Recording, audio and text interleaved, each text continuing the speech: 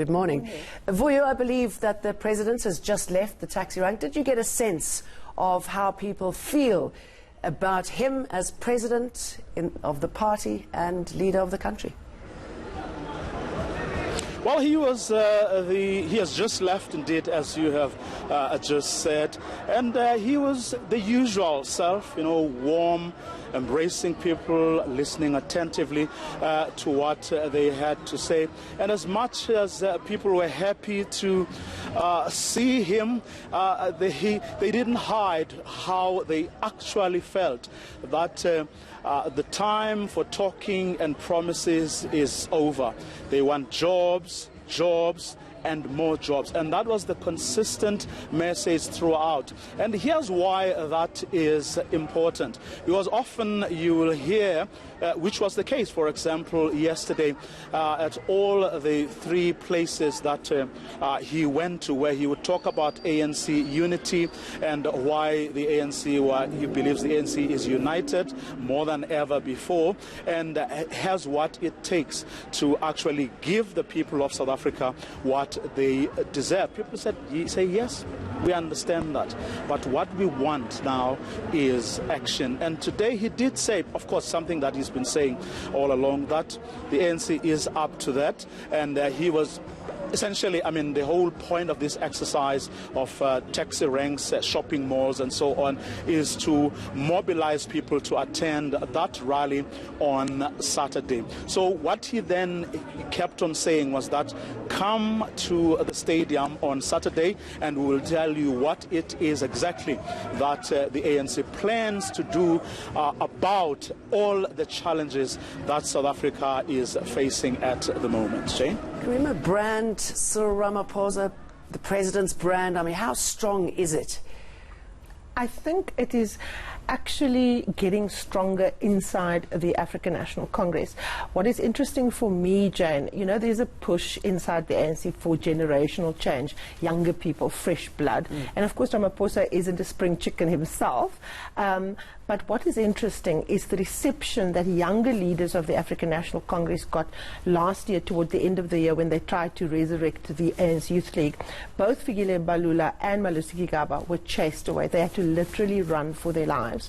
And even though people at the taxi rank, as Vuyo has said, were in fact skeptical and pushing government, as they rightly should, to deliver and not just promise, no one has chased Ramaphosa away. So I think that brand Ramaphosa is still the strongest weapon that the African National Congress has to be able to get heard and to get people to listen. The key, of course, is the follow-through to regain people's trust, and that is the challenge, and that is what brand Cyril Ramaphosa will have to do. They will have to not just get people to listen, because people have always been willing to do so. It's the trust factor, and the trust factor is contingent on the ability to implement very basic things like deliver electricity, water, jobs, etc.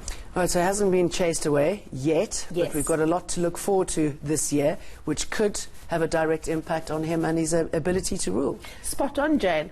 I think the most important thing that we has as an indicator of his popularity, but also his staying power, is the National General Council. Remember yesterday morning we ended off our conversation with reminding us that it is a mid-review period between elective conferences, and this is going to be Ramaphosa's first. So this is going to give us an indication whether he will be a one-term or two-term president, because this is the first time that the members of the party are going to be able to say, we're happy with you or we're not unhappy. Now, if we go back in history, because for the ANC that's always important, and for us, the first time that the ANC expressed displeasure with President Thabo Mbeki was at the historic National General Council in between his last term in office, where they in fact began swinging behind Jacob Zuma, who eventually ousted President Mbeki in that watershed Polokwane conference. So this is going to be an indication of whether the ANC has grown tired of their president, or whether they have the patience to stick with him and to rally behind his reform agenda inside the party, as well as his economic plans to get a stagnant economy growing in the country. I mean, obviously people there calling for jobs, but he did promise that he would reposition the party. Is there any clarity in how he's going to do that, and what is it that they'd like to see there? Well, his refrain has been that go to the rally on Saturday, and that is where you will get the details. That's what we've been hearing from ANC, the top six, and other members of the NEC throughout the week. But here's something that I found interesting, just to add to what Karima started by saying. He is indeed, he seems to be making, or have made actually, inroads in territories that were hostile to him before within the party. I'm picking up something that in KZN, for example, and to a much smaller extent in places like the Free State, that initially didn't back him, are now keen to actually embrace him. And we're talking here not about people who were somewhere in the middle. We're talking people who were die-hard supporters of Nkosazana Dlamini Zuma in Nasrec.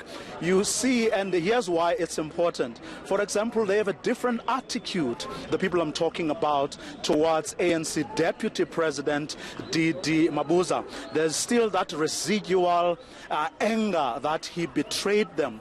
But that is not displayed towards President Cyril Ramaphosa, interestingly, which then means that there is something that he is doing right to get a lot of people inside the ANC to support his agenda. And that is very important, because no matter how much people outside, the ordinary citizens who are not necessarily members of the ANC may like him, if the structures of the ANC within can't embrace him, he's going to find it difficult to pursue any agenda that he may want to pursue.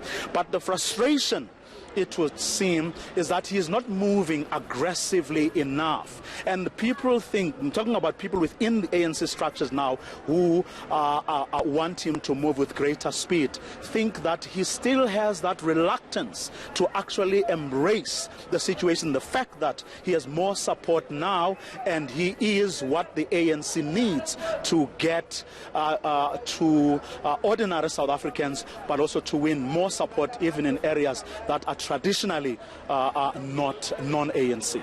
Karima, interesting, isn't it, hearing that his support in so many areas that you wouldn't expect is growing, but it's how, unifying the party, if he's able to do that and if his message is strong enough.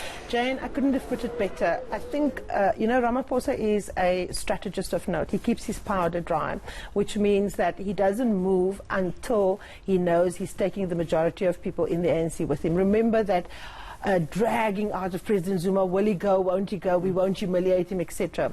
And that was the work of a tactician. Those of us who understand and study the ANC knew always, I said it from the start, President Zuma will not deliver the State of the Nation address after Cyril Ramaphosa became president of the party. And people said, how do you understand that? And I said, look at what he's saying about the country. If he's to be held accountable on that, it follows then that Zuma wouldn't deliver the State of the Nation address. So it is an example of how Ramaphosa plays the political game. So what he did, he preaches unity. And for ordinary South Africans, they say, how do you unify with those that you have to arrest and that you have to see go to jail? And here's what Ramaphosa has done. So he doesn't appear to interfere, as he rightly shouldn't, because there's a separation of power. He can't pursue the judicial infrastructure for his personal political gain. What he does need to do is make sure that the judicial system is capacitated, funded, have the right leadership to actually go after those who stole from the state. And he has done that, and he's going to commit more resources to that.